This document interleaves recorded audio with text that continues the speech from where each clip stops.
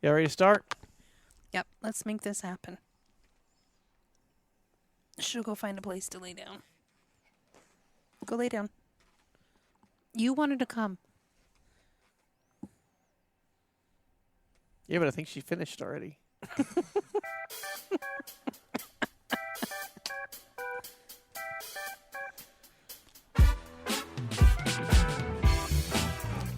Hey, everybody. Welcome to the Outer Belt. I am Patrick, and you all know my friends here. Chili. Buttermilk. Eric. And Jerry. And tonight we don't have Don. He is back working still, so it's just the five of us tonight. But I think we'll make there. I think we'll survive. What do you think, Jerry? I think so. Cool. Yeah. Well, the first item up for topic is going to be the weather. As usual. The weather. It's hot. We had like 6 days of gorgeousness. Yeah. What happened? Well, we just jumped ahead. to Summer. No, okay. Is that somewhere out there? It's actually not even the heat. I don't mind the heat. It's the humidity. It has been humid. Where did that come from? I don't know, but it's building up for a week's worth of rain. Yeah, it starts raining tomorrow. Yeah. Does it? Yeah, but they're like thundery storms, evening. I think tomorrow, like they said, rolling in around 8 p.m. Like very, very strong winds and large hail. Great. Oh, good times. Sweet. Let's park the wagon here outside. Eric's face. He's like, Y'all, I've had I to hope it doesn't hurt my tomato plants. I actually have tomatoes on them. We're actually supposed to start getting scattered thunderstorms tomorrow morning at 9 a.m. Wow. Yeah. That'll be fun for our move-in tomorrow. Just take some plexiglass and put over it. Yeah. Put Over some my plexiglass over your tomatoes? No, the whole truck. Oh, Okay. just get a crane, hover it over. I don't mind it. It's just when the drivers show up unprepared for weather. Yeah. And I'm like, here's your first lesson. Yeah. Yeah. And it's just that it's a lesson because I wouldn't have thought it. I mean, when I moved in, it was a beautiful day, and I was not prepared for what if the weather's terrible. But that was also a lot different back then. It was the company Eric and I started driving for when we first started driving was here's the keys from a truck stop. Right. We didn't even pick it up at a facility or anything, a truck stop. And they were like, here's the keys. Your truck's the one that the door's open. So they were like a group of like 5 trucks there, and we had to go figure out which one it was. And that was the one we got. Wow. We made it a whole day in that truck. and then we got immediately swapped into a second truck. Yeah. Wow. But again, I didn't come prepared. But you learn that quickly. You do. Quickly. Being prepared. Be prepared for all weather All the times time. of the year. Yes. Yep. Yeah. Well, I'm kind of looking forward to the just naturally watering. Yes.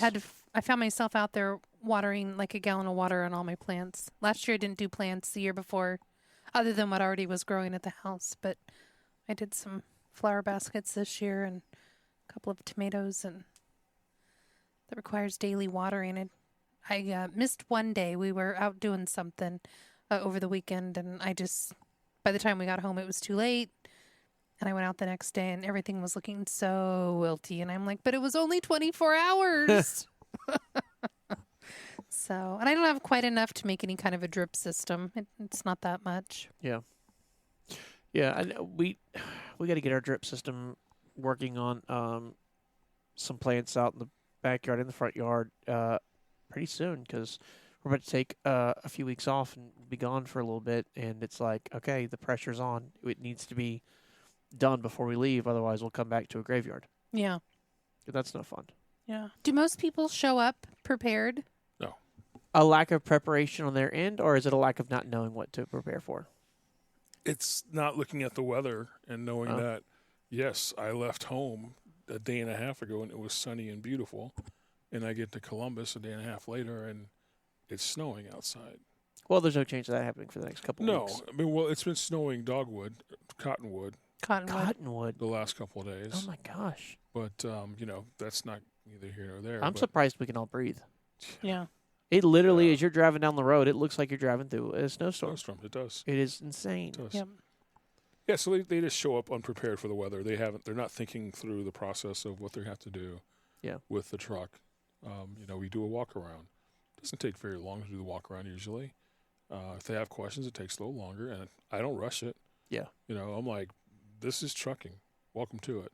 I'll offer, hey, do you want to go put some shoes on so that your sandals in the rain? I mean, they won't come out barefoot, but they might show up in sandals. Or Yeah. you want to grab a jacket? Because it's cold. It's cold outside. Absolutely. So if they don't want to, okay, here we go. Yeah.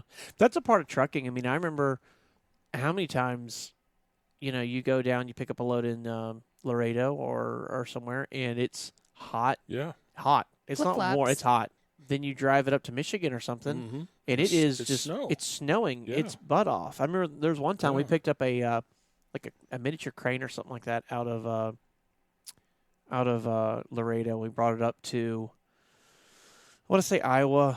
It's where the company. No, what Iowa? It was might have been Oshkosh, because the place we were at, the company was named the same name as the city. I think it was Oshkosh because they do a lot of heavy machinery Yeah. stuff there. I was driving, and when you're driving and you're in a climate-controlled truck, I mean, you can drive whatever temperature you want. Oh, So sure. I usually crank that baby up to 75, wear shorts and a T-shirt while I'm driving. Dead of Mhm. winter, it's snowing outside. Yeah. I'm short and T-shirt, just chilling, just comfortable. And I remember thinking when I got to my shipper, or my receiver rather, I was like, I can do this quickly. Not go talk to the people, but I know open up my doors and back up to the dock that I've Right. already been assigned, and then I'll go inside and grab the stuff I need to walk inside. I did that. I stepped outside, and it was negative 10 degrees. Oof. No gloves on, No thank you. shorts and a T-shirt. I ran back there. I unlocked the door, pulled both doors open, attached them to the side of the wall so that it wouldn't flap around. Got back in the truck and just sat there in the driver's seat.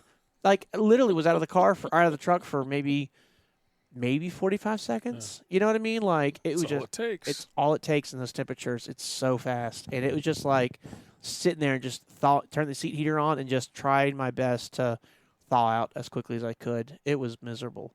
But I mean, it's that lack of preparation, kind of thinking I can do it no matter Yeah. what. Sure. I could not that time. We would always keep 2 seasons of clothes on the truck because you just never know what you're going to run into. Yeah. We did all just because Well, we lived on the truck. we lived on the truck, so Yeah. we did.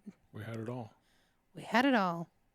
We- And there were times where you were, like you said, in, shorts, whatever, down south, and by the time you drove your shift, slept your shift, the next day was the parka and gloves and the scarf and It was last week. They had snow in Donner. yeah, Lots oh, of- I saw watching- that. I was Lots of watching snow. the weather radar for the next couple of days, and they're getting snow in Colorado. Colorado, Utah, Colorado, all across to Iowa. I have a buddy of mine that I went to college with. He's in Colorado right now. Went out there just to go camping, in a tent. It's just something he does every so often, and meet up with friends and all that are out there. And he did a live walking down the road, going, "Well, my plans are a little different." And he starts showing around, and it's just snow everywhere. And he's like, "Last night there was no snow. It was beautiful. This morning, this came through. I didn't know it was going to happen." And Eric and I have actually had that happen to us. We were actually out there in Estes Park, Colorado, which Okay. is a beautiful area of Colorado if you get a chance to go. And staying in a campground, literally woke up the next morning. The weather was beautiful all weekend, nothing to worry about because we checked all that stuff. And the very next day woke up and there's already 6 inches of snow on the ground. Wow. And we were like, where did this come from? It was the first snow of the season, and they were like, took us by surprise too.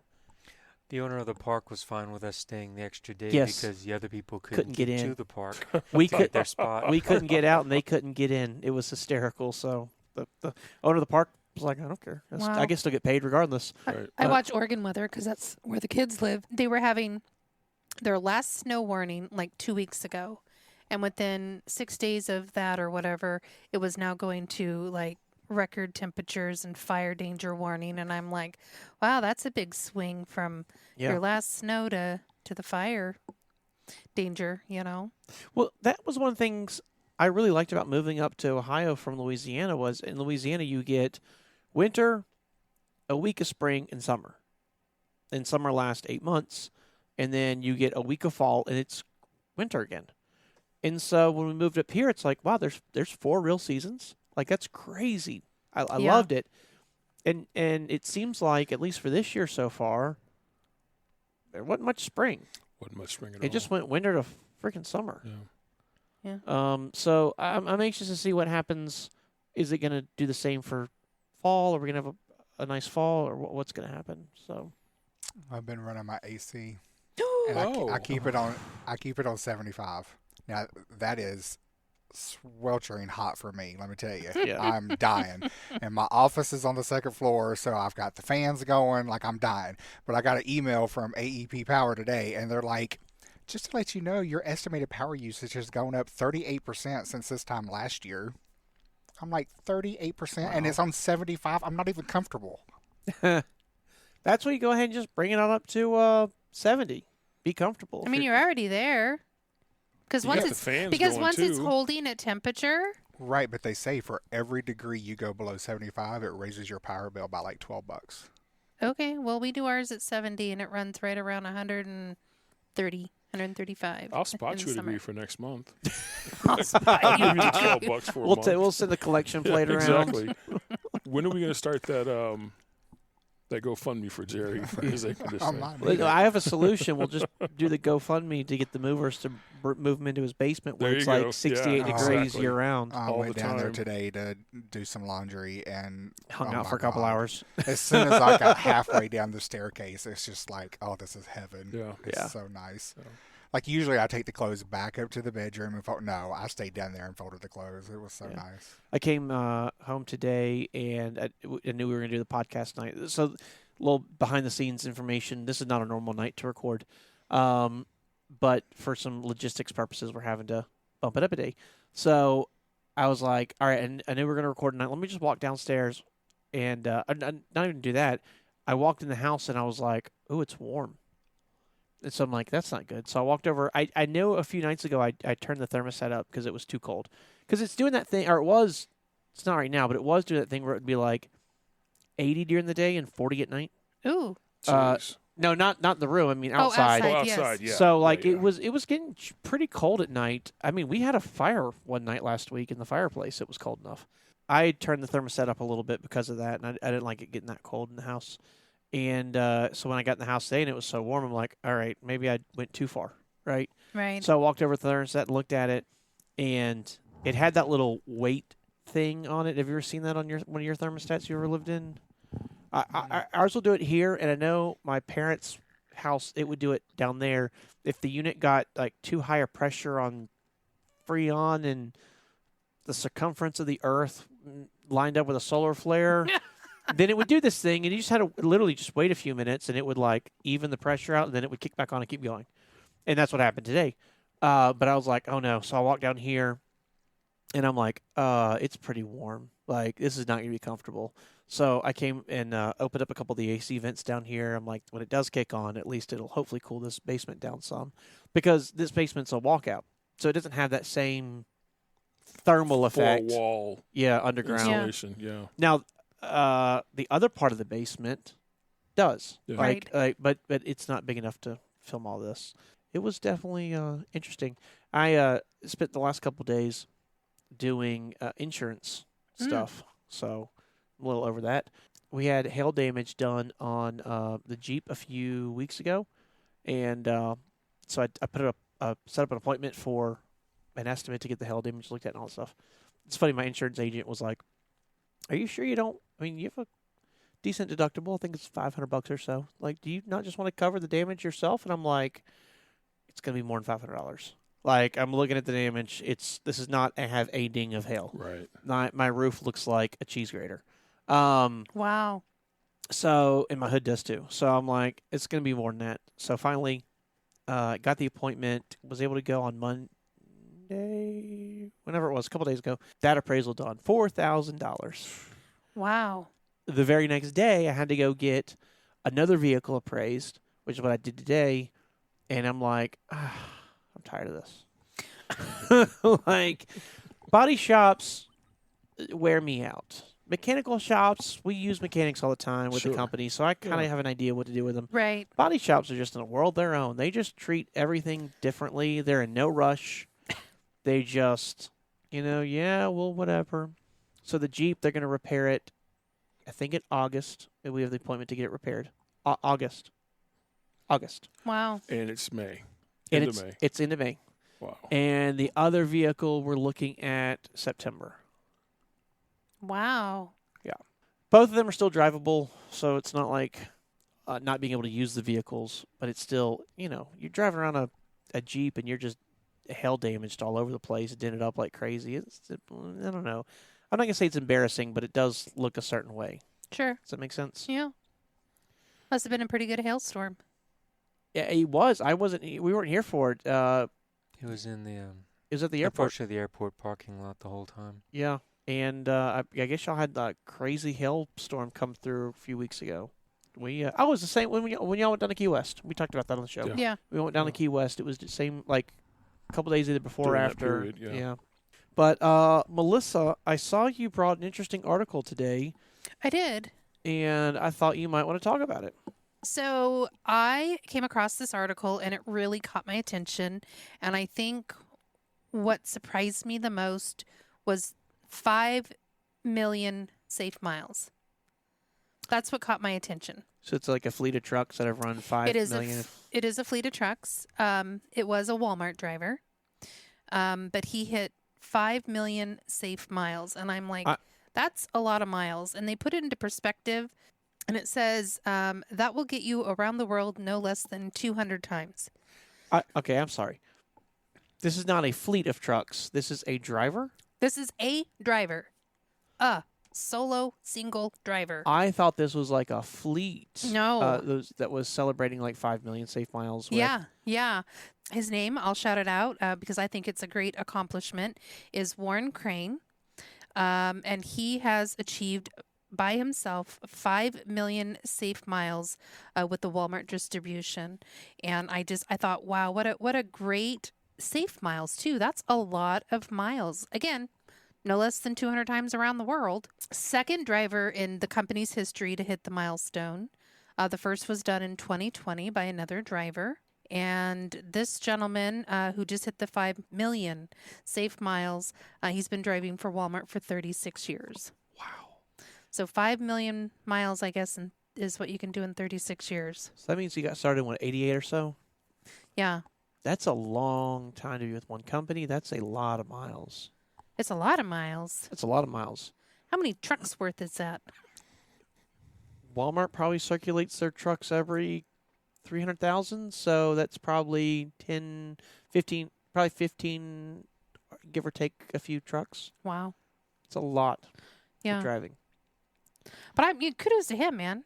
Safe miles. That's hard to do out there in this industry as any kind of driver, whether you're in a personal car or a semi. So I don't know. It really piqued my interest. That to me is, some dedication and pre-trips and all those wonderful things that you're doing out there to stay safe on the road. And he has achieved that. So. Well, that is awesome. I saw they threw him a celebration.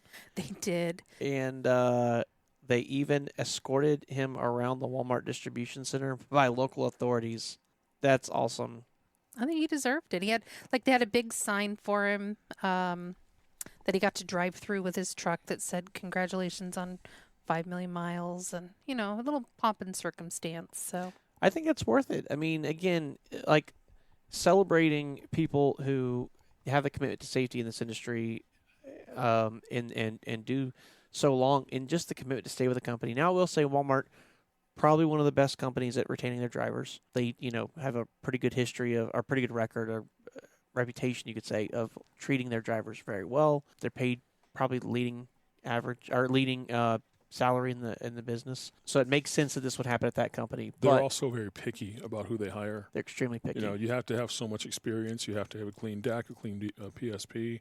Yeah. They won't just hire you with a year experience. I think they require 2 at least. And again, everything has to be clean. Yeah. And everything has to be clean. because they are so respected and have such a good reputation, there's not a lot of people quitting. No. So there's not a lot of opportunities out there. Right. Well, no, because this guy's doing 5 million miles. I know, out there. right? Think of all the people he's kept out of a job. No. But yeah. That's really awesome. I bet we start seeing over the next few years a few more people get that Hit that milestone. that milestone as well. Yeah, I like too. Walmart will is one of the carriers that will, and there's a lot that will as well. But they'll put the million mile, they'll put your name on a truck and they'll put the Right. million mile safety. Which they did for him. 2 million miles, 3 Yeah. million Yeah. miles. I've seen that with I think Prime is another one that does it. I think they and do. a few Yeah. other carriers. I really like that because what a lot of people don't realize is companies like Walmart and stuff, they slip seat. Mhm. So that means that you you drive this truck on you're gonna go, say you go out for a 4-day shift, right? So you leave with your product and you're gonna go hit 2 stores and be back. So it's 4 days, right? Then you go home for a couple days and when you come back, you're not getting back in that same truck. You're going into a whole other truck, right? Wow. So you're probably back in a sleeping bag and a pillow and what else, whatever else you want. And a lot of people aren't crazy about that because, you get in there occasionally, you're going to get behind a messy trucker and you have to clean up the truck before you hit your road and all that stuff. But so they do that. So for them to dedicate a truck to one person, that means you've really hit a milestone. And then you don't have to worry about that anymore because you're driving your truck. So that's pretty cool. That's pretty cool the way they do that. Wow, I can't even imagine. I mean, I think between Eric and I, we have like 600,000 miles we've driven together. We never hit 1 million. I don't think we did either. Do you think we had 1 million? I don't know. Oh, no. I have to think about that one now. You? You were out there longer. No, we probably didn't. We did 3 years total, so I doubt we did. Mm. Yeah, in Expedite, most trucks are averaging about 150-ish thousand miles a year. So That puts us about 450, Yeah. and we're probably below average on the miles we drove because we managed it so well. Mm. We probably did about 50,000 miles a year. probably. Yeah. You? Yeah. You think you did 1 May million? have, but I never tracked it or anything. I don't know. I mean, but I spent 14 years out there, so Well, Oh, just that trip yeah. to Alaska had to be at least 500,000, right? it felt like it. This one time I had a load going to the moon. Oh, yeah. I mean, it was just a quick turn, but it was challenging. Yeah, I get It was that. challenging. I get that. Yeah. But that automatic transmission, all you got to do is just hit go. Right, but still, it's still a challenge. You got to steer around asteroids and comets and I things. saw you know. the documentary. I mean, the International Space Station got in the way that one time.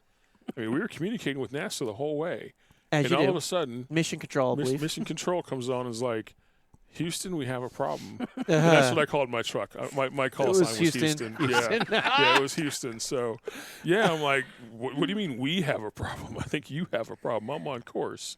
Anyway, that's another whole different podcast. Maybe we'll do X-Fire Boogie and you'll interview me about that or something. But Yeah. we'll save that for later. That's hysterical. Yeah, it's good times.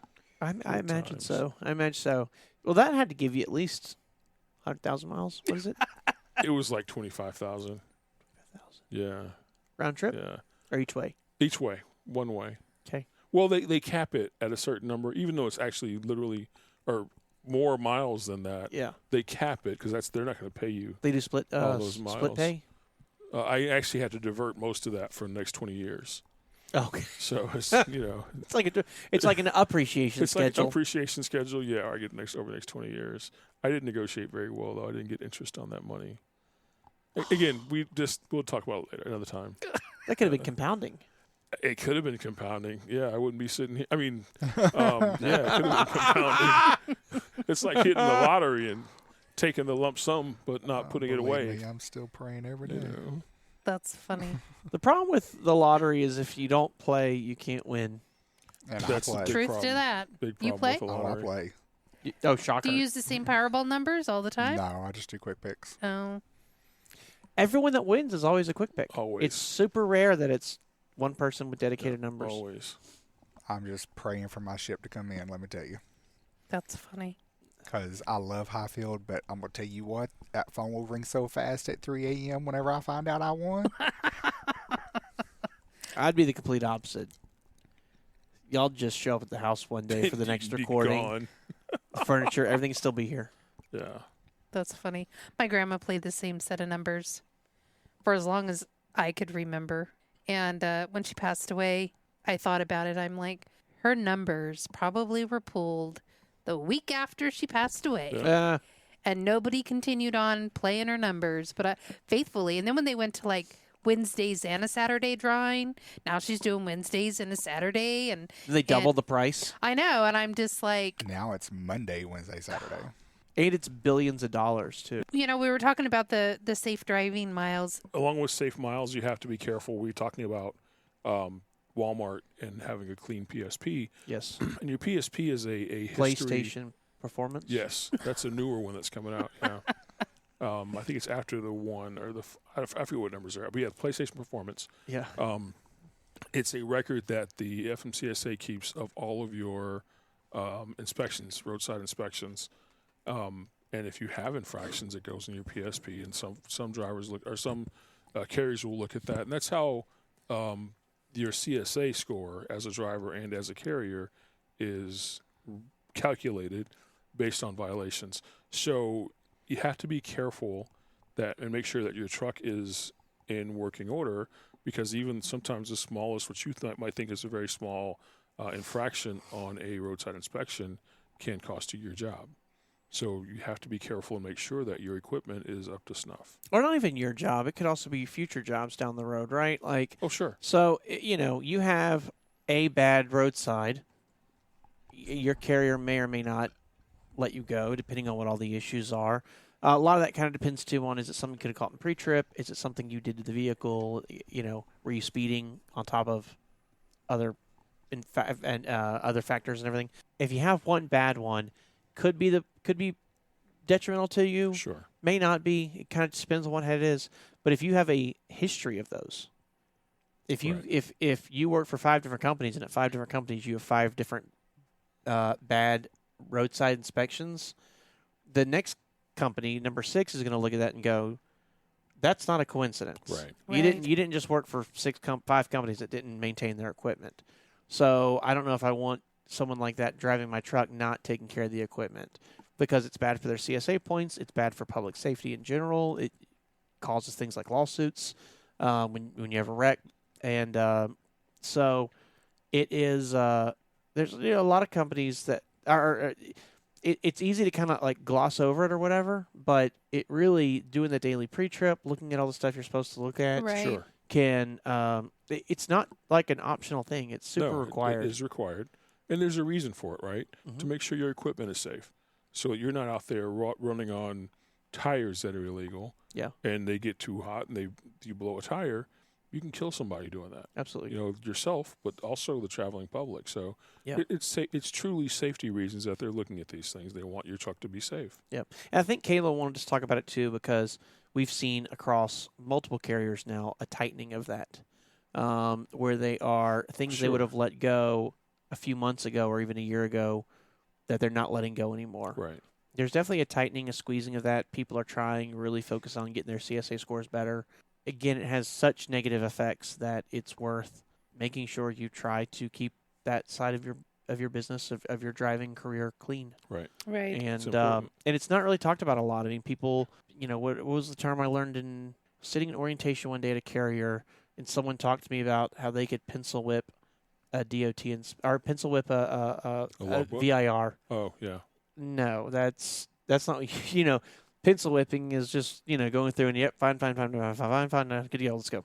And it's like no, actually get out, measure your tires at tread depth, use your gauges to check your Right. tire pressure, Right. check your brakes, check your exhaust hangers, things like that. Sure. That truck is vibrating down the road. Things get loose, things happen that it Right. could be a literal an hour repair at a Speedco or at a TA. Yeah, Well, we are seeing a tightening of that. To continue so- what you're saying, I think it's important that people understand if your air pressure's low, taking the few minutes to go to the fuel aisle and, Yes. and Top air it your off. tires up is going to save you time being down the road when your tires get too hot or just warm up just from general use. Yeah. And you blow a tire because or your tires wear unevenly, and it causes you money down the road if you're paying for the tires yourself. But Absolutely. also causes you downtime, but also costs you money, Absolutely. in the future. So it could be a little bit of time that you lose, or it could be a huge problem that costs you a lot of money because you're not able to run your truck. Yeah. So it's important to look at those things. Do your VIRs daily. Do your pre-trips and make sure that your equipment is safe. So, one, you don't get pulled over for a roadside inspection and you have violations potentially costing you your job. Two, you don't have equipment failure, which can cost you a lot of time in the shop if you don't catch it early enough. Absolutely. So, and not to mention safety of others on the road with you. Well, I So- look at something like a tire, like you said. A tire is a great example because tires are so commonly an issue. If I top off a tire and I drive and I realize 2 days later I got to top that same tire off. Mhm. Okay, I got a leak somewhere. I got a leak somewhere. I Yep. need to figure it out. And it may not be. I look the whole tire over. I don't see a nail.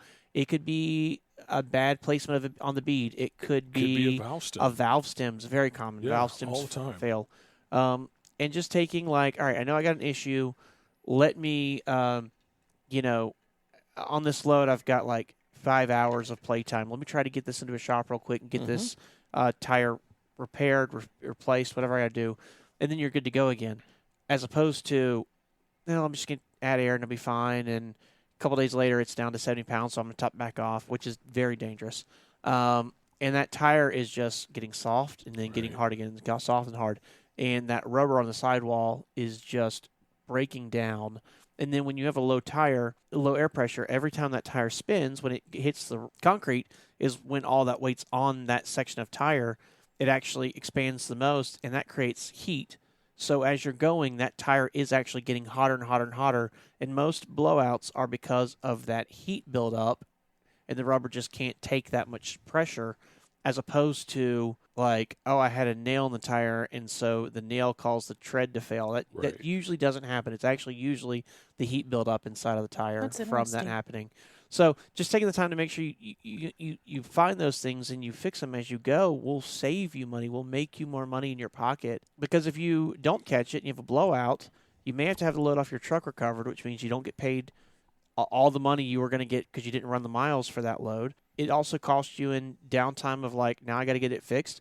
What happens if you're in the middle of, wherever, Iowa, or what's the other state that we hate driving through? South Dakota, Wyoming. North Dakota. Wyoming. Thank you. Washington. What happens if you're in the middle of Wyoming I can and that name happens? 50 of them. So you're in Wyoming. You got to get a tire swap done or something like Right. that. They got another truck take a load off your truck. Now you're stuck in Wyoming, going, where am I going to find freight? Because there is no freight there. Yeah. So now you got a crazy long deadhead, Yep. which is miles you're driving for free. Yep. It just all that could have been avoided with a pre-trip. Checking your brakes, brakes are so important. And it's funny the amount of people that don't take that seriously. On flat and level land, what you feel as your braking power will change when you're headed downhill. All of a sudden, that braking pressure you thought you had, you don't have. Right. Um, Or on a wet road, that braking exactly. it's slow. Your braking Diminishes. distance is longer. Yes. So all that stuff makes a huge difference, and the carriers are really tightening their grips on Sure. it. I encourage you spend a couple minutes extra on your pre-trip to do a thorough one, and if you're Yeah. not doing a daily pre-trip, Yep. do a daily pre-trip. I mean, the reality is that we're talking about mechanical equipment, and there are going to be breakdowns. Yep. There are some breakdowns we can prevent by doing our PMs, by doing our proper VIR or your pre-trip Pre-trip. inspection, and others that we just can't prevent. Yep. Power steering pump goes, but we've got fluid in it, but the power steering pump goes because it's just about a power steering pump. We can't prevent that. Yeah. But how much downtime can we prevent by doing a proper pre-trip inspection? Yeah. A absolutely. lot, quite a bit. You're right. The other thing I would tie onto that is listen to your truck as you're driving down the road. Sure. There's a lot of times your truck will tell you when something's wrong. I know we had a batch of bad steer pumps with one model truck, a certain set of VIN numbers, and we pretty much had to replace all of those. You could tell when you're driving down the road when you would go into a turn, and the steering would literally start fighting you, and then it would quit, and it would work fine again. And it's knowing like, okay, well, if that's happening, that's my truck telling me something's wrong, and I need to get this resolved. I need to get this fixed. There are little things, if you listen to your truck, it'll tell you. I think paying attention to those. One thing that's a lot of people say happens, but they don't do anything about it because it's not really bothering them, is a leaking windshield on the inside. So, like, not in a truck wash because those high pressure hoses blow through the rubber gasket. But when it's just raining outside and you have water dripping into your truck from the inside of the windshield, Right.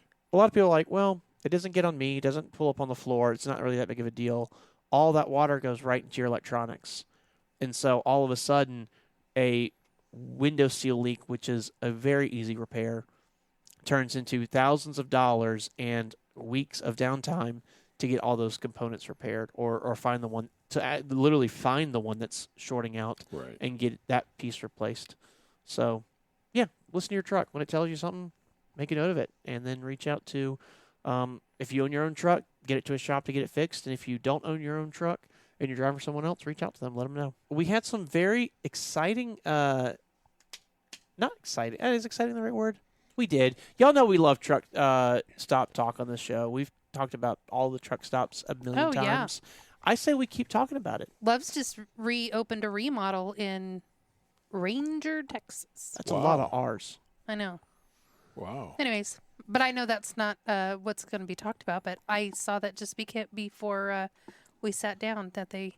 What could be any more exciting than that? That you'd have to have like... It's in the middle of nowhere land, East Texas, too. Which is where they need truck stops because there's nothing there. It was probably an older truck stop or an older Love's. Sure. So... But, one of those with 3 pumps on it, and probably we've all seen those really eight old truck stop parking spots. Exactly. Those really old Loves with 1 row of truck parking and 3 pumps. Yeah. In very rural Texas. In an Arby's usually. Yeah, yes. Arby's. Or no, they have the Subway right there by the cash right there wrap, at the cash wrap. Yeah. Right there and sometimes it's the same person working both. Yes, exactly. Exactly. You're like, can you wash your hands between cash and sandwiching? Well, I'm glad they renovated that because hopefully they put more parking in and all that stuff. Yeah, there was some stuff on it. Cool. Yeah, I think the only thing that could be more exciting than that is if maybe one of America's beloved gas station companies that everybody really likes were to start a truck stop. What gas station companies everybody really like? Everyone hates gas stations. No. There's what other ones do people really love? Down south, there's the. I'm partial to Sheetz. Sheetz is really good. Some Sheetz too. Sheetz is really nice. And Sheetz has a few truck stops. They do. Trail Market. Trail Market. Oh, sorry, that's not chain. Big. Sorry. It's also not a truck stop. Oh. No, we're talking about gas stations, aren't we? It's just a gas station. Oh, gas stations. It is a gas station. Yeah. They make a mean breakfast burrito. Yes, they do. I do love a mean breakfast burrito, as long as it gets kind, because if it's mean all the way down, that's... if you ever find yourself in Trail, Oregon, yep, stop and get you a breakfast burrito. Yep. But we're talking about Wawa. Wawa. People love Wawa. People love Wawa.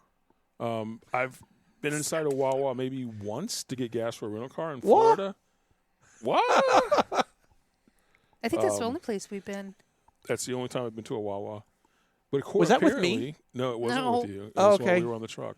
Because there's a Wawa outside of Orlando outside of the airport that we always stop at to to top off our car. It may be that I've been there with you and just didn't go inside or something. I don't know. The Wawa I remember was in Orlando. We were taking a rental car back, and we stopped at Wawa for gas. How'd you like it? We stopped for gas. But people love Wawa. Do they have do. quick food and stuff like that in there as well? Yes. Yeah. So apparently Wawa is opening their first travel center in North Carolina. The article reads very strange, so I think that's what they're saying. So this travel center is going to open in Hope Mills, North Carolina, in the second quarter of 2025. So it's still a year away. The travel center will offer expanded restrooms, more parking for RVs and other large vehicles, and in-store seating. For the professional driver, the travel center will have high-speed diesel fuel, a CAT scale, and free tractor-trailer parking and merchandise. So this is an expansion for Wawa into the truck stop world versus just a travel center. Yeah. Jerry mentioned that he and Don would stop at one in New Jersey occasionally, so they do have other Wawas that have truck parking. And I think, let me clarify that, now that I think about it, I don't think that was classified as a travel center. It was a Wawa gas station. They did not have diesel pumps. They did not have CAT scale. They didn't have any. The only thing they had was a huge parking lot in the back that they allowed truck parking. It was actually sectioned off for trucks. So this may be their first true travel center. Yeah. Again, it's just hard the way it reads to understand if it It said is or not. expanded bathrooms, but it didn't say like shower It doesn't facilities. say shower facilities. I wondered the same thing. I didn't hear laundry and I didn't hear shower facilities. Yeah. Those are Yeah. two things I was listening for. As far as food, they do in-house food, so they Yeah. don't need a restaurant per se. It looks like Wawa is expanding in North Carolina. This article is from the CSP Daily News, but it is a Convenience store publications. convenience store publications. There you go. They talk about convenience stores. They're looking at opening up 15 stores in just the Fayetteville area over the next 5 to 8 years. They're also expanding across the country. They're looking not just at North Carolina, but Ohio, Pennsylvania, Delaware, New Jersey, Maryland, Virginia, Florida, D.C. They're looking to open up over. They have over 1,000 stores currently in this area, in those areas. Again, that's Pennsylvania, Delaware, Jersey, Maryland, Virginia, Florida, and D.C. They're looking to expand across the Midwest with 160 additional stores in Kentucky, Ohio, and Indiana, and that's over the next 5 years or so. Kudos if they can do travel centers, because that's just more parking, right? Sure. Even if Yes, you don't that's a have a win. shower or a laundry facility, but if you're putting me closer to a city center and all of the big chains are full, why not park at something like this? Sure. I see it all the time when we go to Circleville. There's a couple of them. That one that is across from the casino down that Yes. way. I think there's another one that just opened up, but they've all added additional parking for at least your trucks. And it just makes sense, great place to stop before Right. maybe you have to make your way into Columbus. And Jerry mentioned Sheets. Sheets has a truck stop down Yeah. there where they have truck parking. Sheets doesn't have showers. They do have larger bathrooms in those in the larger facilities. There's one here in Obetz I would say that has Obetz a lot has of it, too. parking. They have fuel. Again, no showers, but they've got larger bathrooms to accommodate more people. there. I stopped at a Sheets today to get diesel. I was up in Delaware, north of Delaware, and coming down through like Bass Sunbury and all that, if y'all know where that's at by chance. And there's a pilot across the streets, Sheets, and I did not have my fuel card on me, so I knew I was going to be paying just Retail with price? retail price. Yeah. And I'm like, well, I don't really want to go to Pilot and pay, but I figured, you know what, I'll go. I need to get diesel. There wasn't another Love's kind of on my trip, Right. so I had to go way out of the way for that, and I didn't need a whole lot of diesel. I just wanted to top it off before I parked it. So I was going over the hill to go to the Pilot, and Pilot was $3.81, 85 cents Okay. for diesel, and Sheets was $3.24 Oh, for wow. diesel. Sheets diesel was cheaper than their gasoline. I haven't seen that in Wow. a very long time. That's been a Wow. long time for that, yeah. So I swung in there, and I ended up going to Sheets and using their very nice truck stop. Sure.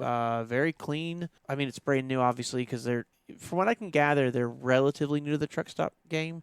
Obviously, they're brand new to Ohio. So if you're at a Sheets in Ohio, even if it's not even if it's not a truck stop, it's just a regular gas station, it's brand new. Well, Because they've only been here a couple of years. I was going to say a couple years at least. Yeah. So maybe not brand new, but the stores are the still stores, clean. yeah, the stores are. I mean, how many times have you pulled into a brand new Love's and 6 months later it's trashed. it's trashed? Yeah.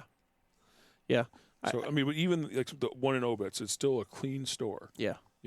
Well, I thought it was great being able to go in there. Especially, I thought to myself, we get really good fuel discounts, so that fuel pump price you see is not what we're getting. That's why we fuel mostly at Love's or TA or Petro. But if you don't have a giant fleet, if you are someone, a solo owner-operator, or you have an RV, or you have a pickup truck or something that takes diesel, right. capitalize on that. Sure. I mean, you're talking, what is that, 60 cents a gallon or something like Yeah. that off the price?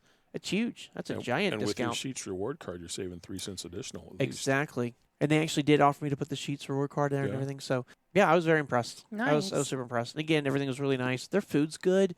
If you like, you don't want just a roller dog. You're like, I want something a little nicer, a little fresher. They make really good, fresh salads. They have all the wraps and all the hamburgers and everything else you want. It's a nice store. It's a cool concept. I like it. The only thing I don't like is we're going real picky here. When I get bottled water, I find that Sheets never has bottled water on sale.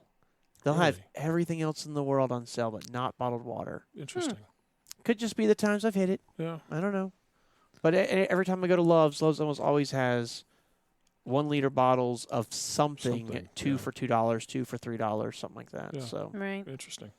Well, how exciting for Wawa. I think I like Wawa better than I like Sheetz. So I'm excited about them moving to Ohio. Again, I've not experienced Wawa. I do like going to Sheetz or nice clean stores, but we'll see when Wawa comes to town. We'll give them a shot. Absolutely. That sounds like a nursery rhyme. When Wawa comes to town. You know, they're based like in Pennsylvania, I think. So it's insane they got all the way to Florida, but they haven't made it here yet. Yeah, that is. But you know, I will say this about Sheetz. You were talking about the clean store. Mm-hmm. Eric and I had to take a trip out to, where did we go? Pittsburgh? Yeah. No. The other one. Philadelphia. We had to go to Philadelphia a couple months ago. Maybe 4 months ago. On the way out there, we stopped at a Sheetz and got gas, something to eat. And that was one of their older stores. You can tell because they do their awnings different and everything. It was an older store. And it was super clean. It was nice. People were friendly. So you can definitely tell it's a culture thing they're building inside their company. And Wawa is the same. Every Wawa I've ever been to has been clean, and the people are nice. And I'll tell you one thing that Sheetz does not like: cameras. oh, they don't like it? If you vlog or anything like that, they'll ask you to please turn it off and leave the store. I'm Interesting. finding more and more places are starting Interesting. to do that. There's airlines now that won't let you record anymore. There was multiple times when I was out there that they asked us to, turn the camera off or leave. And there's another couple YouTubers that I follow, and she always mentions the same thing. Like, she's from the Philadelphia area, and every time she would go back home, like, she'd be vlogging or something, and she'd be like, "Oh, I forgot, I took my camera in." That's the first thing they said as soon as I walked through the door. Like, yeah, they're very picky about it. Huh. But you know what? The fact that they have those strict rules and vloggers still go, Yeah. that tells you how good the store is. Yeah. We've been talking this past couple weeks, brainstorming. I love that everybody's kind of starting to run with it. And we are tossing around the idea of possibly maybe considering Possibly, maybe. a Hyfield branded cookbook. What do we think? I love that idea. Vince? I think it's a fabulous idea. Eric? Well, it's like pulling teeth, isn't it? I love it too. Jerry? I hate it. Absolutely. Squash it. Get it out of here. Nice. What's the name of it? I can't remember the I'm name of glad it. you said that, Jerry, because I agree with you. I completely agree. I think it's ridiculous. I'm like, can we all be yeses? I think it's a great idea. People have got some great recipes out there. We are talking about cooking down the road. Ooh. Yeah. So obviously, since we're in trucking, we thought it makes sense to do a trucking-based cookbook. How could you cook inside of your truck while you're... I'm going to say while you're going down the road, but I don't mean physically with a knife up cutting carrots, all right? Right. Come on. So we've been Sure. spitballing ideas like the picture in my head of like, okay, we're going down the road, we're cooking. What are we cooking? Well, we're cooking in an Instapot or we're cooking in a slow cooker. So we can be driving and that can be cooking and etc. Right? So that's kind of how I came up with the concept. And we were talking about, ideas for recipes and things like this. And we're talking about, well, one issue I've always had is typically when you look at a recipe, it cooks for 4 to 6 to 8 people. Right. And so, as a truck driver, I don't need that. We don't have room for leftovers. Minimal room for leftovers, I guess. So really, I'm thinking like I want to cook for 2 people. I need to have healthy options because we were trying to eat healthy on the road, right? Most of us are. Sure. That's kind of the point of cooking in the truck, and also saving money and all this stuff. So we've just been spitballing all these ideas about should we do this or not? If we do, how are we going to break up the chapters? How are we going to put all this together? And then we had the idea of once we get the cookbook built and once we get it ready for publication, then taking all those recipes, and this is the part that Melissa really hates, and we're going to have Cooking with Buttermilk, and she'll be able to go through and cook the meals and do a YouTube presentation of it or whatever. So we could either drop it into one of these episodes, we could make its own freestanding thing, and then people can see it and cook it and make it. And I just think it'd be a fun thing to do. Yeah. A piece of my brain, I keep thinking back to this is silly, but back when I was a kid, the church put together a church cookbook. Yes. And that's exactly where I'm like, I know we're not a church and that's ridiculous, but that's the concept. That's the idea I have that kind of led to this. I have my mom's from her church. Yes, a great on food. my very potlucky kind of stuff. Very potlucky, and a lot of the But it stuff. was a great idea. And a lot of the stuff was cooking for 8 to 10 to 12 Yeah. people. You know, It was a good But fundraiser. I think though Yep. that isn't necessarily I mean, I think yes, the cookbook needs to be 2-person portions, absolutely, but you can still scale those recipes if you want to meal prep. absolutely. You know, Oh, that's a good idea. Yeah. Like to, oh yeah, we do yeah. have a lot of teams that will meal prep. Yeah. Have you seen the fridge in our trucks? They are quite That's a good large. sized fridge. It's Yep. not your tiny tractor trailer college dorm room fridge. Yes. It's a good sized fridge and freezer. So to be able to meal prep and store stuff in the fridge or the freezer, I think it's a good idea. They're 7 to 8 cubic feet, and your average dorm fridge is 1.2. Yeah, and then inside of some of your little sleeper trucks, they might be 0.8. Yeah. Like Tiny. so 8 cubic, 10, Sure. literally 10 times bigger with a separate freezer and all. Yep. Yeah, we got some ideas. A lot of our trucks have induction cooktops. Not all, but a lot of them do. A lot of our teams have Instapots, Sure. which is a pressure cooker or a slow cooker. You can Right. make rice in it. You can do all kinds of stuff with it. It's really And Instapot's the handy. brand name with Ninja makes them. There's all kinds Yes. of different those type all-in-one devices Air out there. fryers. I've seen Yeah. those. Yeah. Yep. One team told me the first team that ever told me they were like Instapotting while they were going down the road. Mhm. All I could think of was, how do you keep it on the counter? You don't. You don't. You put it in the sink. sink. Yeah. And I was like, oh, Yeah. that's so smart. You put it in the sink, then you don't have to worry about it. One person said, well, my Instapot's too big for my sink, so we just put it on the floor and kind of have it wedged in with bottled water or Sure. whatever, however they did it. And I'm like, okay, well, that makes sense too. I guess I can see how they would do Yeah. that. But like, yeah, absolutely ways. And you hear about people getting like ribs or pulled pork and all Oh, this yeah. stuff that takes hours to cook, and it's like, oh, that's how they're doing it. Yep. Okay, cool. I also thought about like a whole section on grilling, because so many teams go and get like either the baby Traeger Right. or they'll get, well, I think it's called a Ranger, right? Yes, the Ranger. The Ranger? The small Traeger's the Ranger. Yeah. Yep. And then and that's like $500. It's about that. But there's other companies that make them cheaper, that make knockoffs that does the same thing. Sure. Then there's also a lot of people that just get the $19.99 at Walmart for the little charcoal grill. Yeah.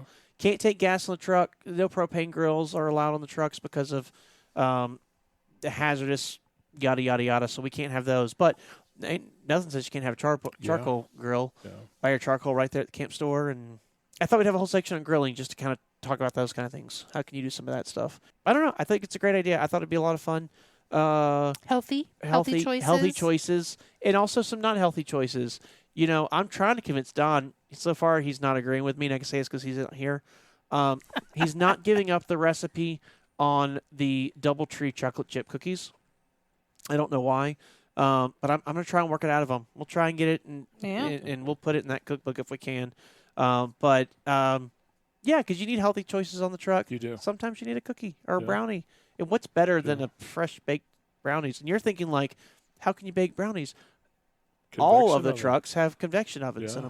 them. Yeah. Microwave convection ovens, so you can bake. I do breads. I know I've said it before. My go-to pan in the whole truck, outside of the Instapot, but a pan, was the 9-inch Pyrex pie pan. Yeah. So a pie dish, but you could microwave it. So I could put like vegetables in it, saran wrap over the top, and microwave them, or I could put something that I wanted to bake in it, foil over it or whatever. Like but quiche. yeah, so yeah, exactly. Sure. But typically I would bake when we had downtime, and I would do things like a bread or like 1-egg cake recipe. That's my grandma's recipe, but it was a smaller cake, would fit perfect in there. A scone kind of recipe, those kind of things. Well, we had a contractor that was a friend of ours that would bake on the truck all the time. Zucchini bread, Yep. banana bread. Yep. And they'd roll into town and Desserts. They galores. do a drive-by caking. yes. Yes. You would see them for 28 seconds, and you Uh-huh. would get a half loaf Exactly. of whatever your Yeah, the favorite little bread mini was. loaves. Oh, they were so Yeah. good.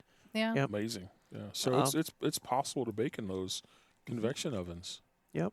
So I think it'd be cool, kind of put that together, work Yeah. on it. I'm excited. I'm curious what your thoughts are, A, and then B, I don't have the email address for it yet. Would y'all feel comfortable submitting your recipes in for this cookbook? Yeah. And getting I'm expecting Dana to send us something about grilling. He loves his Traeger. Oh, I thought you meant like grilling, like yelling at someone. He could probably give us something on that too. Some lectures on that as well. Yeah. Yeah, he does do a lot. And I'm even thinking, what if it's just something that you came up on a whim? Because we did that too, right? These are the ingredients I have. Sure. I kind of whimmed it. I zhuzhed it. I did a pinch of this and a dash of that and a whatever of this. But then it became kind of a regular. It's like, Right. oh, that was delicious. Sure. Now let's do it more often. So if you don't have exact measurements, I mean, do your best, or two pats of butter, whatever a pat looks like to you, or a pinch. I think all of that is still interpreted. And a pat to me is not going to be a cube. That's kind of common sense, right? A pinch isn't going to be a tablespoon. Unless you're making for a larger quantity. Sure.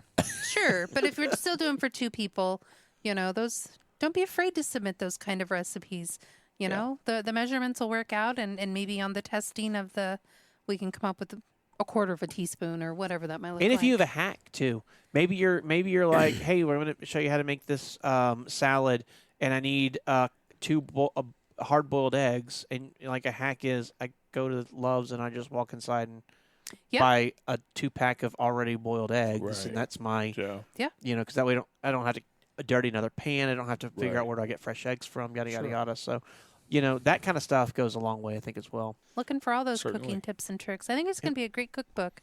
I mean, it's nothing that's going to be, out tomorrow, but definitely looking forward to putting something together And like that. I'm looking forward to being the guinea pig. You make I these things know. and Someone's got to eat put a them. dish in We're front not. of me. We're not Or throwing not. it out. Yeah, it's not getting thrown out. I mean, we're gonna have to try it, which means all of your cakes and brownies and cookies recipes. Yeah. We're gonna have to Sample. sprinkle those in, so we Yeah. don't have like Yeah. Right. I'm Everything excited all that at because once. everybody comes from different walks of life. yes, And I'm excited to see that smorgasbord of culture Yeah. kind of come in on what people are eating on their truck. Yeah, I'm curious to see the whole menagerie of what people have to bring. Yes. Yeah. Yes, that melange is going to Yeah. look good. Well, since we're talking about food, we're talking about health and all that stuff. Yes. Let's talk about the weekly weigh-in, Patrick's weekly weigh-in. First and foremost, we have to do our Octavia Fueling of the Week. And courtesy of Eric, our Octavia Fueling of the Week is the Frosted Cookie Dough Bar. Now, remember I talked to you a few weeks ago about an oatmeal cream raisin. Oatmeal Oatmeal cream pie. Oh, one of my favorites. I love oatmeal cream pies. I haven't had one in years. Oatmeal raisin, thank you. So this is very similar. It is cookie dough, chocolate chip cookie dough. Mhm. It's been squared up into a bar with real chocolate chips in it. And then on the back side, it is that same white frosting that you would Right. frost over a oatmeal cookie. Thank Yeah. you. Because it is real, it is one of the much smaller bars. I can't even show. It's tiny. Because again, they're all the same nutritionally similar bars as each other. Same Right. caloric intake Same also. calories, same carbs, all that stuff. So this is a dense. I mean, cookie dough is dense, right? Right. So this is a dense bar. It's very flavorful. This one is extremely good, but because it is real chocolate, and I'm pretty sure it's real sugar and stuff in here as well. Yes, it is. Because it is that, it is they just change it in quantity, right? Like make it a just lot make smaller. It a smaller size. Yeah. So it's not like a go-to all the time because I think you do kind of like feel like, oh, I didn't get everything I wanted. Sure. But it's so good. It's a nice treat. It is really nice. Like I would have one of these once a week kind of thing, sprinkle them in over the course of a month, and really liked them. I mean, and it does have 11 grams of protein, so it has that protein to help you feel full, right, and keep your muscle mass and everything, and not have you get tired or hungry too quick. But yeah, big fan of this one. Really like it. Good dessert one. Great dessert one. Yeah. Oh yeah, at nighttime watching TV. Yeah. Mhm. Yeah, big fan of it. Awesome. Never had it in the morning. It's just too sweet. Yeah. For morning time. But so this weekend I decided I thought it'd be fun if we took a drive, and so I invited Mel and Vince out to Yellow Springs, Ohio, which is where Dave Chappelle lives. It's a very hippy dippy area.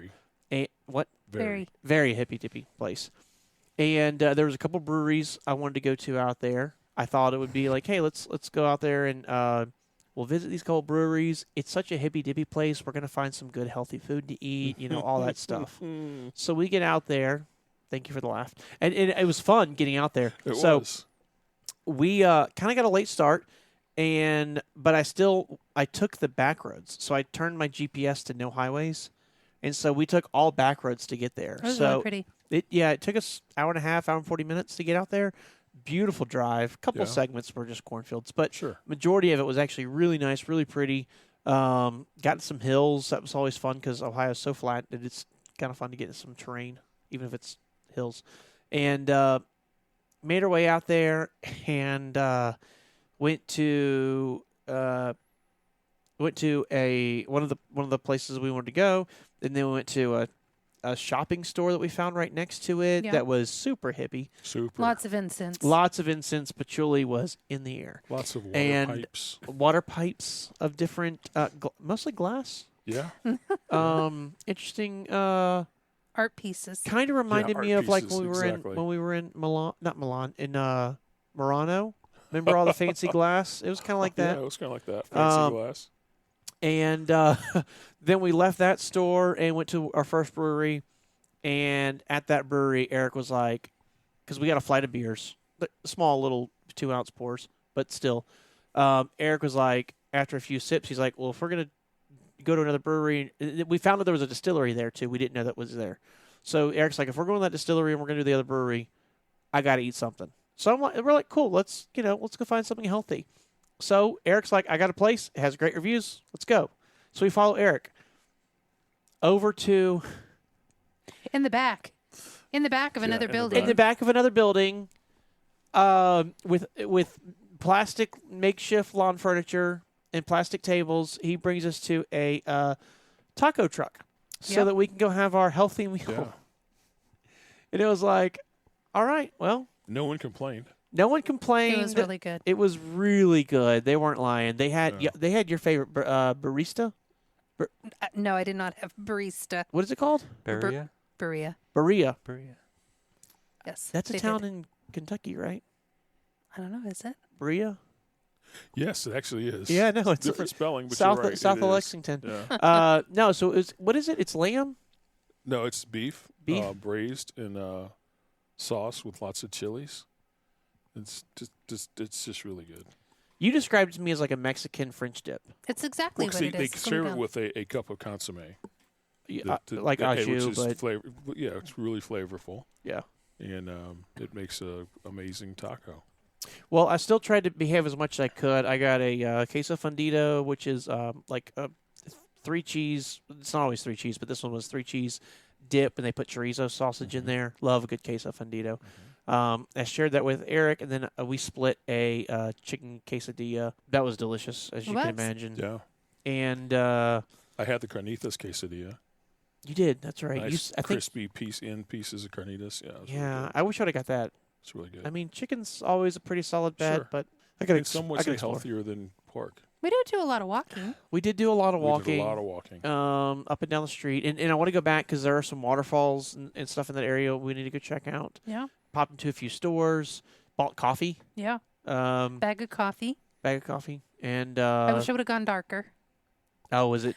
Yeah. I hear that all the time. But All the time she says that to me. but the I wish I darker would have gone darker. I but don't the darker understand the looked pretty difference.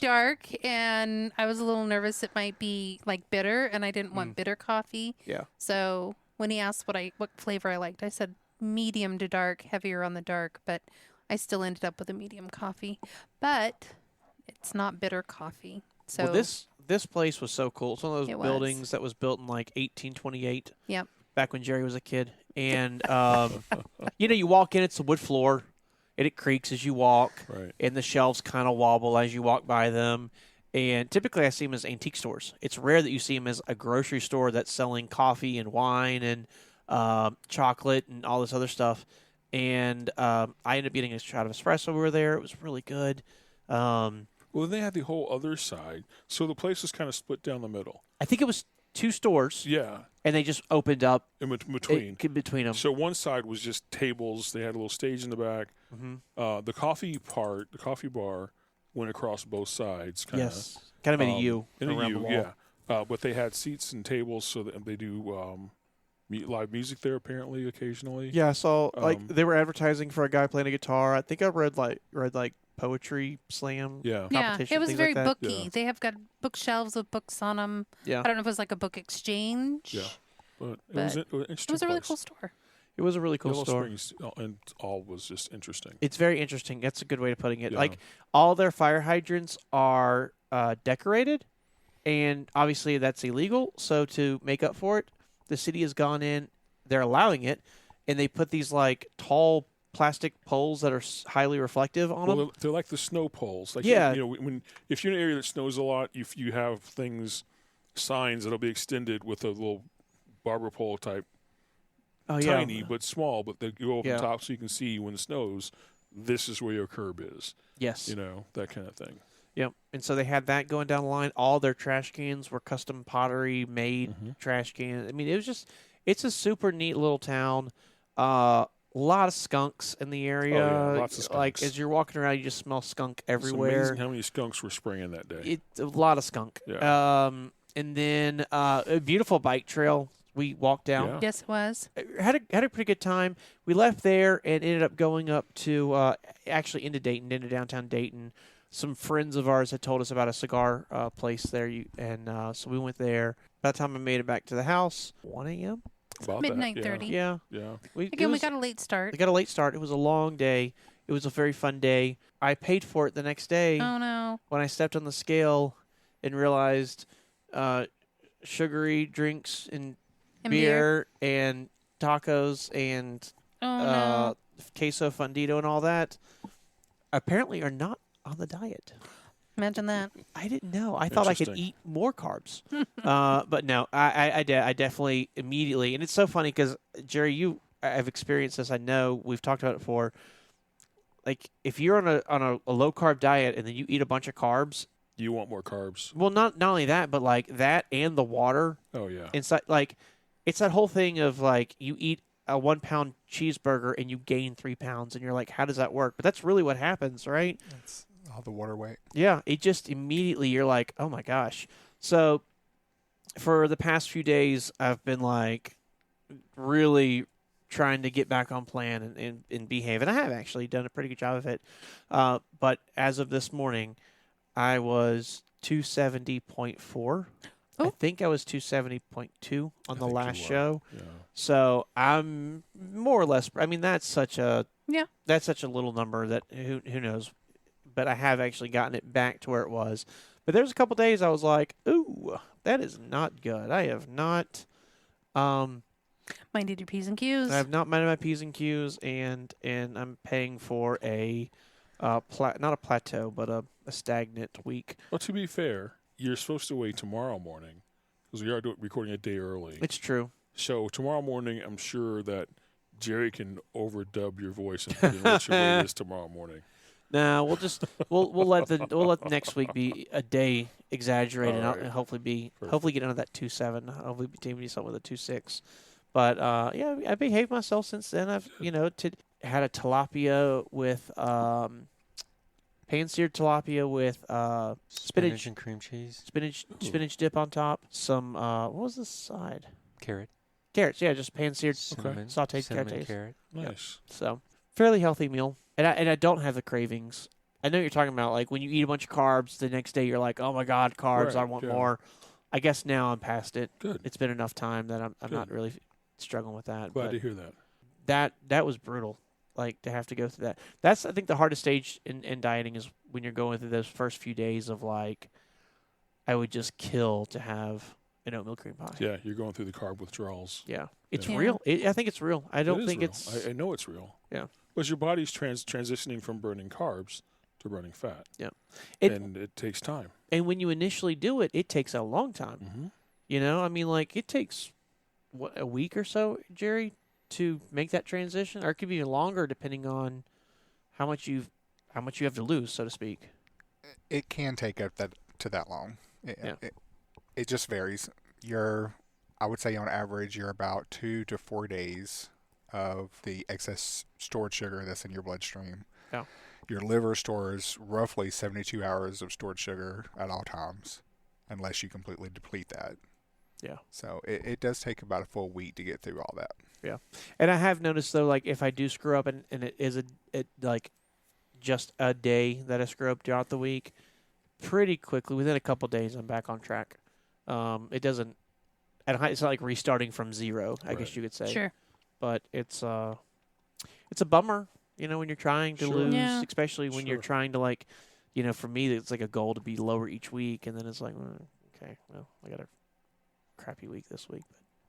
But at least it's not, I mean, I know it's 0.2 pounds higher, but at least it's not higher. Right. It's not 2 pounds higher. That would be a different story. Yeah. So, well, I think that about does it for us. Make sure you hit that thumbs up button. What? And what else? You didn't give your good news before you go into that. Oh, your good news. We forgot all about it. You did forget your good news. We hit 1 million. I wish. Definitely not 5 million either. We hit 1,000 subscribers on YouTube. Woo! Thank you, everybody. Yeah, very, very excited. We're just over. It was so funny too. I woke up yesterday morning whenever I seen it, and I didn't post it yesterday because I got the badge today from the software I use. Anyway, but it was funny because I woke up and I was like, "Oh my God, we're dead on 1,000. We hit it." Whenever I woke up and checked it at like 8 a.m. and I was so happy. And then probably 30 minutes later, I refreshed the page and we lost a subscriber. And I was like, really? So then all day, then we lost another. Then we lost 3. And I'm like, YouTube's good about that. It will fluctuate big time. Interesting. It really does. But then I woke up this morning Why do we lose subscribers? Is it that they just don't really, our content's not important to them anymore, or is it the algorithm is weeding out people who haven't looked at the channel in years? No, people do unsubscribe, but I think it's more along just the algorithm. I think it just fluctuates because Gotcha. I woke up this morning and we were at 1,005. Okay. So I think it just does that fluctuation. And this morning was whenever I got the official certificate. You're over 1,000. You're over 1,000. Cool. That's pretty cool. Nice. I didn't mean to interrupt you. How can we find us? Hyfield Trucking, YouTube, HyfieldTrucking.com if you would like to check us out and get into the expediting industry, trucking, learn more about Hyfield and all that we have to offer, #HyfieldFamily. Hit that subscribe button, hit that thumbs up button. It really, really does help us out on the algorithm. And send us an email if you have any suggestions, thoughts, questions, Recipes. comments, concerns, or anything like that. Send us over an email at theouterbeltpodcast@gmail.com. Miss Annie would love to talk to you. She'll reply personally. I'll make sure of it. And yeah, That's funny you should say that because there are some times when I'm on the phone, and as you know, I work from home. Anyways, she's in the background giving whatever for what. And I'll try my best to mute if the person's talking, and I'm like, mute, and I'm like, Annie. And I'll try to get her to stop, and then I'm like, uh-huh. And, or sometimes she'll do it, and it just is what it is in the background, and someone's like, what kind of a dog do you have? And so it's pretty And she's funny. like, Vince? Oh, he's not a dog. She tries her best to do direct emailing, though. Yeah, she only knows one word. woof. Yes. Exactly. Oh. But it's all in the inflection. Right. Yeah. Exactly. It really is. It truly is. Yeah. Um, I'm excited that we got 1,000. Me too. 1,000. Just keep watching the channel. Make sure you, keep giving us the views. We do have to get the hours up before we can progress this. do other channel, things with yeah. YouTube and progress and everything like that. But yeah, we're over that 1,000, which is, in my opinion, the hardest part. Absolutely. They Nice. say the first 1,000's the hardest. Yeah. It is. Yeah. Good. So, Good. well, how exciting. This is so much fun. I love having my therapy session with y'all every week. Until next week. Yeah. Yeah? Yeah. All right. Mm-hmm. Y'all stay safe out there and make good decisions. And don't leave money on the table. And keep those wheels a turning. Bye. Good night.